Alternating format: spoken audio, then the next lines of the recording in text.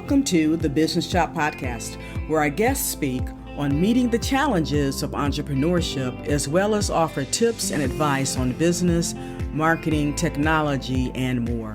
Whether you are a newbie or a seasoned professional, this episode is for you. I am your host, Audrey Wiggins. Let's chop it up. Hello, Chop Squad. Great to have you here again. Our guest today is Shannon Houchin. Now, Shannon has an eclectic background in business. She's going to tell us more about it. But right now, I just want to share a little bit with you about her. Her business is Roadside Republic. And she turned her life around actually with a simple roadside peach stand. If you can imagine that and get that picture in your mind. And Shannon teaches people how to do the same. She's opened a roadside peach stand. It seemed like a crazy idea at the time, she thought. But since most people thought the business model was long dead, but opening 100 roadside peach stands with over 200 workers across 3 states seemed like an insane idea. But that's exactly what she did. And now, a decade later, Shannon, she's the Chief Roadie. She's still doing it. Her son, Finn, who grew up selling peaches, is her business partner. And together, they teach students how to earn college tuition over the summer by selling peaches. Shannon, welcome to the Business Shop. Thank you so much, Audrey. I'm really excited to be here. Knock out your competition with Altogether Marketing. We elevate your brand. Take a stance with your business name, logo, the tagline, your colors, even the fonts for your business. And then jab left with your website, jab right with core values. Back up with product experience and bring it on with you. Visit altogether.biz and let us help you create a knockout brand. Like, tell us a little bit more. So, off camera or off mic, we were talking more about your background. Fill us in a little bit more, and then I'll ask some questions. Yeah, of course. My pleasure. I am classically trained, actually, as a librarian of all things. And so I started out as an investigative researcher and journalist for a local daily newspaper. So I learned the ins and outs of research, working with an investigative team, that would go 6 months deep on a story. We don't have much of that anymore, but back in the day we did. And so I really developed a love of research and data and metrics, working with newspapers in long-term investigative teams. From there, I went on to become a journalist myself. I'm an award-winning journalist. And then my family, who was in casino gaming for a very long time, started a software development company. And we did software and hardware development for the casino industry. And mostly we work with nonprofits like Native American reservations and fraternal and veteran organizations. We spent a lot of time working with the VFW here in the States, the VFW, the AMVETS, the American Legion. So I developed a real love of nonprofits and what it means to truly fundraise at a grassroots level. Working with those organizations showed me how challenging it is for nonprofits just to keep the lights on. Right, to do fundraising, to pay the utilities, keep the lights on if they have a facility, to pay the mortgage, or even cover staff requirements like in their social quarters. So that really got me hooked on working with nonprofits. And after I left the casino industry, I was looking for something else to do. And a friend of mine from South Carolina had been telling me for 10 years, you've got to come out and research the peach business. South Carolina is just full of peach orchards. What most people don't know is that South Carolina actually produces more peaches than Georgia. I was thinking that when you said South Carolina, I'm like, well, no, my dad's from Georgia, the peach state. Yes. It's a real it's not a love-hate relationship, but it's a funny relationship between Georgia and South Carolina because they vie for who produces the most peaches, and it ends up being South Carolina. Most of the orchards there are still family-owned, believe it or not. And wow. The largest peach orchard in the U.S. is in South Carolina. It's Titan Farms. And I've worked with them for many years getting peaches directly from them. But anyway, so back to my mentor said, come out and learn the peach business, because I was looking for something to do kind of like downtime from the casino business, because that was all consuming. I mean, that's 80 hours a week and that's all hands on deck. And so I wanted to spend more time with my son, who was about 10. And so I took him to South Carolina for the summer, and we kind of interned. We learned the peach business all the way from going to the orchard, talking to the owners, learning and understanding how orchards are actually planted. It's really interesting. Most people in the US think, an orchard is just one peach varietal. But actually, how an orchard works is it could be anywhere from 25 or more different varietals. Wow. And so the way the US has extended their peach season is that they will plant 25 varietals. And then usually it's Memorial Day through Labor Day, Memorial Day-ish, they start picking. Well, that varietal like plays out in a week, maybe 10 days, 14 days. And then the next varietal is ready to harvest. And then the next varietal, and then the next varietal. So you'll have 25 different varietals maybe within a single orchard. And that's how they pick all season long. So I learned all kinds of cool stuff like that. And all the flavor profiles, the peaches, were hybrid species or hybrid varietals were developed at universities like Clemson. They have a huge peach facility there at Clemson. It's so interesting and fascinating. So I learned everything from that level all the way up to, how peaches are bought and sold. So I became a peach broker. So then I started buying and selling peaches.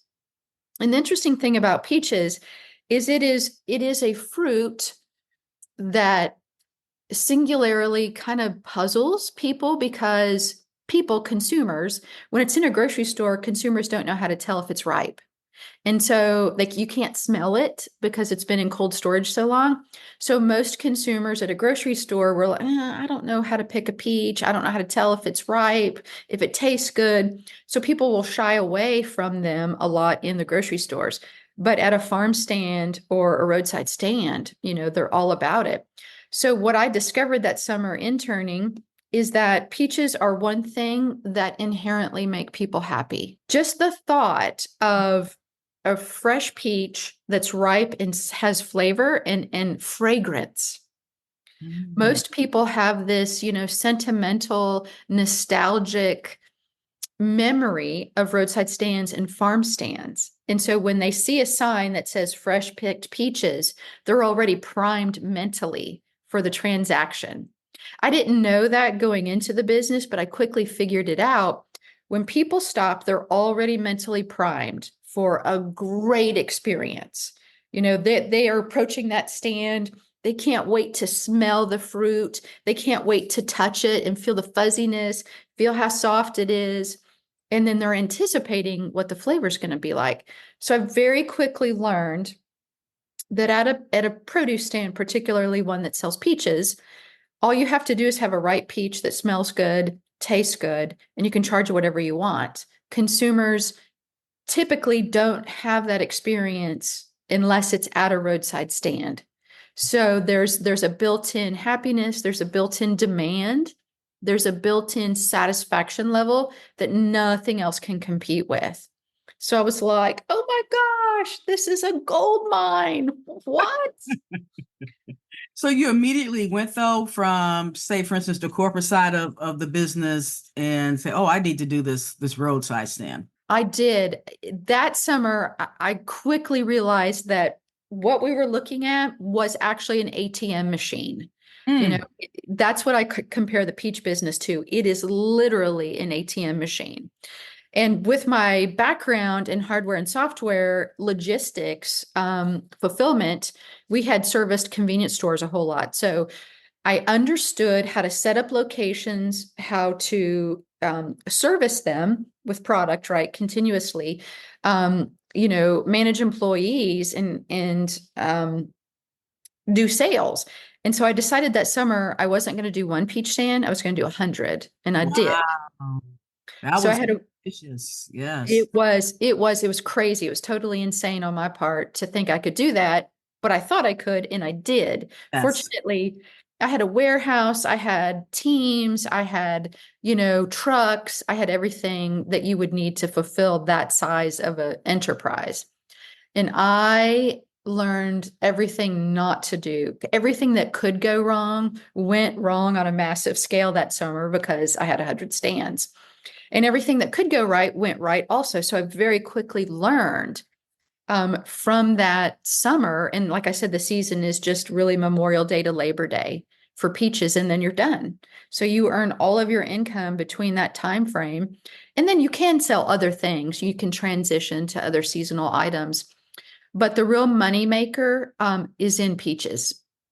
Wow. So people, you find that cars pull up and they buy a few peaches. There's kids in the back seat, and let's get some fresh fruit. Or are they coming by and they're getting a bushel or a basket, and going about their way? Yes. So they already in their mind when they stop, they're primed for peaches. Here in Texas, of course, we do watermelon and cantaloupe, which are huge here. I mean, they're huge all over the South, but Yeah, people here go probably literally. crazy. Yeah, people go crazy for cantaloupe. So through my years of marketing and sales, I was able to really increase the cart value or the transaction value through what we call value stacking or upselling and downselling. So, of course, people, they want as much as they can get when they stop at a roadside stand because they don't know when they're going to see that type of fresh produce again, because it's a rarity these days to see the stands. That's So, right. yeah, I taught the kids, and it's all high school kids and college kids who work for us. Sometimes we'll have teachers on summer break, and some moms with kids who are in the stand like to teach their kids kind of fiscal responsibility and accountability. But it really is all young adults, and that's so much fun. But so I taught the kids, when you're selling you're selling a basket of peaches, you always upsell it. Well, oh my gosh, Sally, if you're here to get a bushel of peaches, you're definitely going to want one of these sangria watermelons. And you cannot leave without a Pecos cantaloupe. And so we upsell in the thing, we create a value in a Yes. story around the products. So it's not just a cantaloupe, it's a Mhm. Pecos cantaloupe. And then we talk about the history in the state of Texas. Where does this Pecos cantaloupe come from? Where is it grown? What makes it so extraordinarily sweet? So we do all of this salesmanship when we're selling produce. So we're not just selling like $5 worth of peaches. All of our transactions are $35, $55, $75 in one single transaction because of the upsells and downsells. Because of those philosophies, we have really good value on each transaction. Okay. So what is the traffic like then, of a roadside stand? Is there publicity in town, or do you get just a lot of traffic just of the drive-bys? So with a roadside stand, the majority of traffic is going to be impulse. So people see what I do at all of my stands. They're branded, but in a way that's not like in your face. Like all of our tents are this signature white tent, which is like a white canvas tent. And then all of our signs are red and white. And so no matter where we are across the Metroplex, like I don't ever say, hey, this is the branded roadside stand or Roadside Republic. We just have a very specific look to our stands. So if people know us and they see that look, they know it's us. Oh my gosh, the roadside stand or Roadside Republic is here. We're going to stop. But what people, for the most part, see is just fresh picked peaches, valley watermelon, and they'll stop. So it's strictly for the most part, I would say 60% of traffic is impulse stop, and that occurs through signage.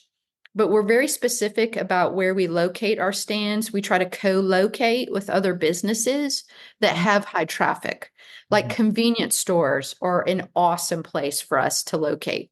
So we'll find, a little corner in the convenience store parking lot, and we'll set up there. And so you've got this destination traffic 24/7, and people will come because they see the signs.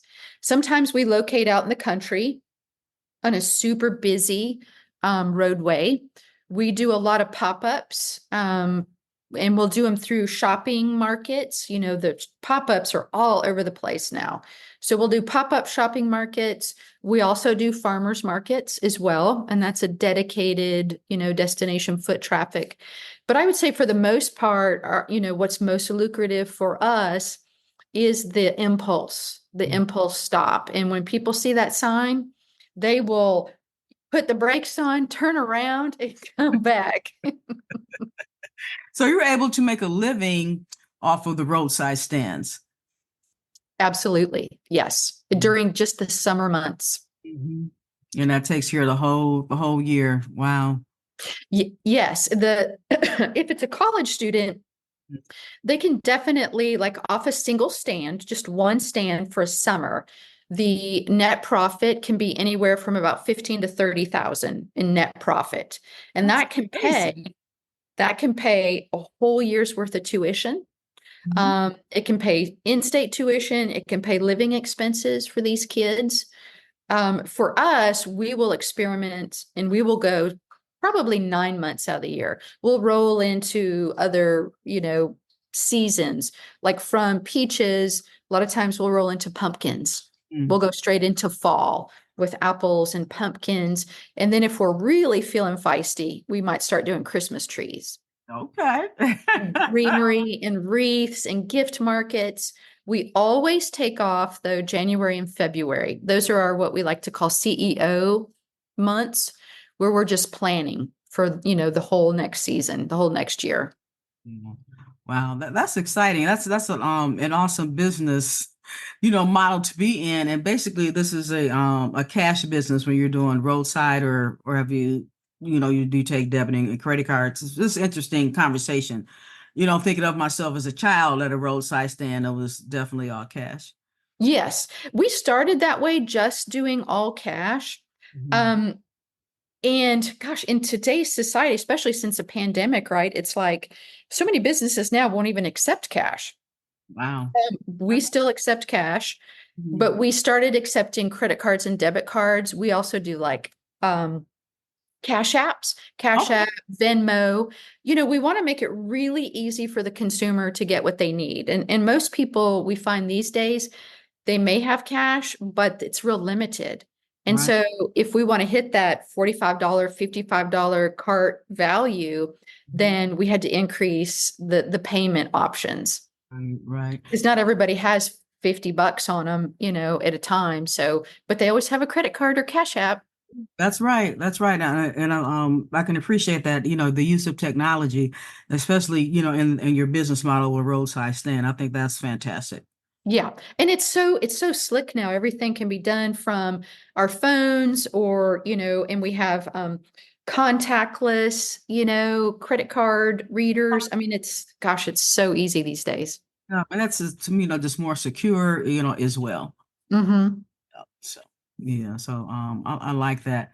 So I was going to ask you about the profitability, but obviously, we can make a living at that. So is this something that, anybody can do, or do we have to have a certain mindset? I like to say that this is the type of business where you don't have to have any previous experience with produce. I didn't.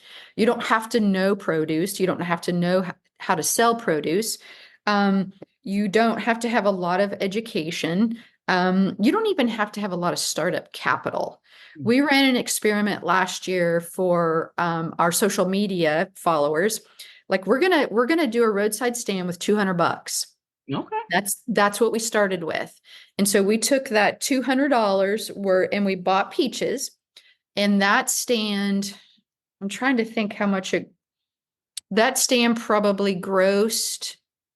Maybe 60,000 or something over the course of just from Memorial Day to Labor Day. It did really well. That is awesome. Oh gosh, people just go crazy for peaches. And that my son ran that one. It was his experiment, and he started with $200. And then what you do is you sell through, right? And you're already in profit the day you start. You buy $200 worth of peaches, you're in profit, and you just roll that money back into tomorrow's inventory. And I mean, within 5 days, you're really in profit. And now you're putting aside money for yourself. You're putting aside money for, the week's inventory. We pay, all the kids get paid daily, so they don't have to wait. And it just works out for everybody. It's a win-win. Wow, that's fantastic. That's all I can say. That's an awesome business. But what are some of the skill sets or thought processes in, from going from one type of business and then say to a roadside stand that is entrepreneurs that we need to have. So whether, whether or not we're going to a roadside stand, but just, changing that mindset, what shift needs to happen. I think with a roadside stand, it is a true return to olden days, if I can say that. Mm-hmm. It is communication. It is dealing with people one-on-one. So you have to be very open to the feedback from your consumers, from your customers. They are there, and this is true like for really all business, or at least, brick and mortar. The customers are there for the experience. They're there for the product, but they're there for the experience too. And so understanding what experience that they're looking for and providing it, not only providing it, but like exceeding their expectations. So they're there for a happy experience, and nearly every customer that walks into one of our tents wants to tell their own story. Like they want to listen to us, sure, describe the peaches and, this is a June Prince or a July Prince peach. It's buttery, and it's mild. And, the way we talk about stuff, they're like, oh, that's great. And they want to tell us, when I was 10 years old in Olathe, South Carolina, and my grandparents, they want to tell you that story.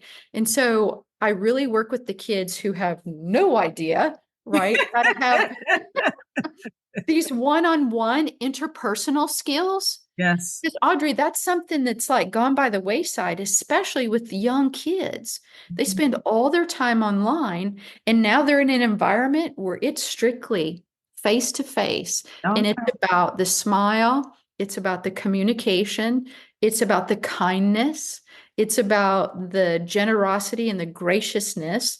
All the kids are just, may I carry that to your car? Can I help you pick out something? Do you know how to tell a ripe watermelon? May I help you with that?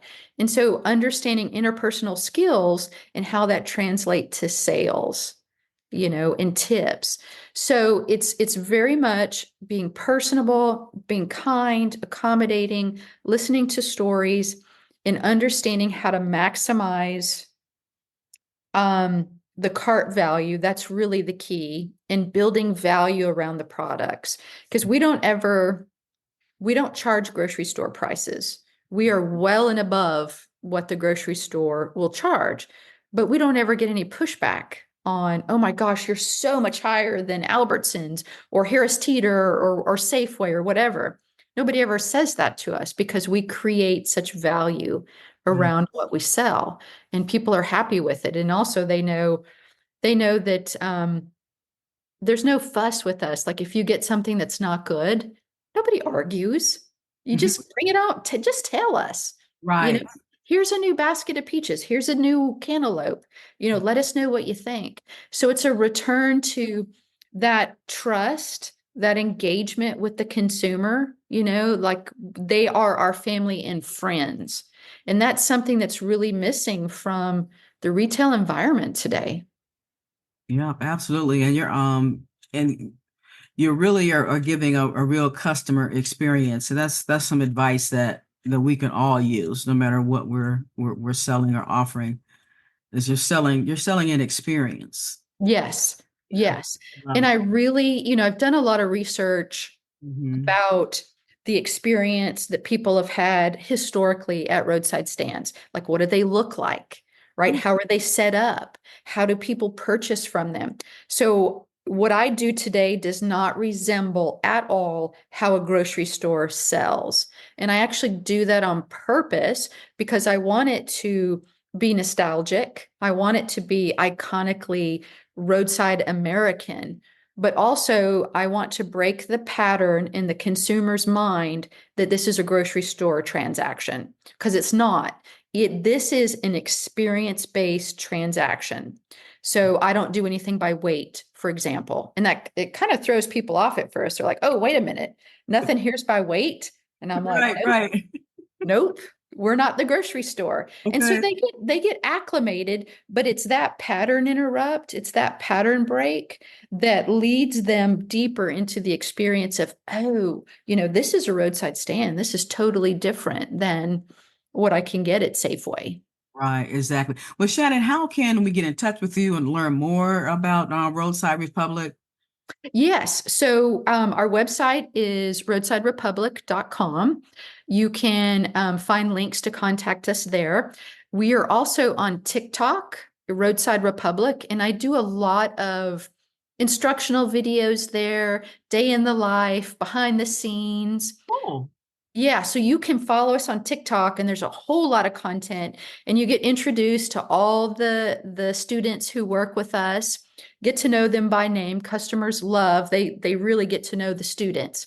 And they're like, where is Josh? When will, AJ be back? And is Finn here this summer? And, so forth. But we do a whole lot of content there for consumers or for people who are interested. And then they can just find the link in our stand store. And we actually offer a course on how to get started. And all of that is in our stand store, which is Roadside Republic. that is awesome. But Shannon, that is amazing. I'm so glad that you were able to come to the business shop and talk about Roadside Republic, and you really taught us a lot. And hopefully we get in there and get to Texas and go buy one of your stands and get a bushel of peaches. That's awesome. So is there any last minute advice you'd like to leave with us? I would say that no matter how much time you have, if you're looking for a side hustle or perhaps just a way to make weekend money, or if you're looking to transition into something, the cool thing about roadside stands is that you're in control of your schedule and you can decide how often you want to do it. And it will always make you money. You will never lose money selling peaches. So if you only have 6 hours on a weekend, you'll make a profit. Awesome. Thank you so much. For Chop Squad, you have your orders. Let's do some research into roadside stands. Look up Shannon and learn more about that. And just those skills, so our skills are transferable from the office to the field, literally, and that's great. But thanks again, Shannon, and have an awesome time. And one little tidbit that folks didn't know is that that you ran a marathon. Was it the marathon you just finished with? Yeah, that's why I'm so red. I just got finished running a half marathon, and it was so blasted cold. But yeah, I think that's my 70th half marathon in the last 5 years. That's great. Well, congratulations, and yes, we'll talk to you again soon. Thank you, Audrey. Sure thing. Thank you for listening to The Business Shop. We hope that you were able to glean valuable information from our guest and that you will download and share this podcast. Your rating and review is much appreciated. To go deeper with our guests, please visit their website and social channels. To learn more about us, please visit businessshop.info or altogether.biz, where we will help you expand your brand.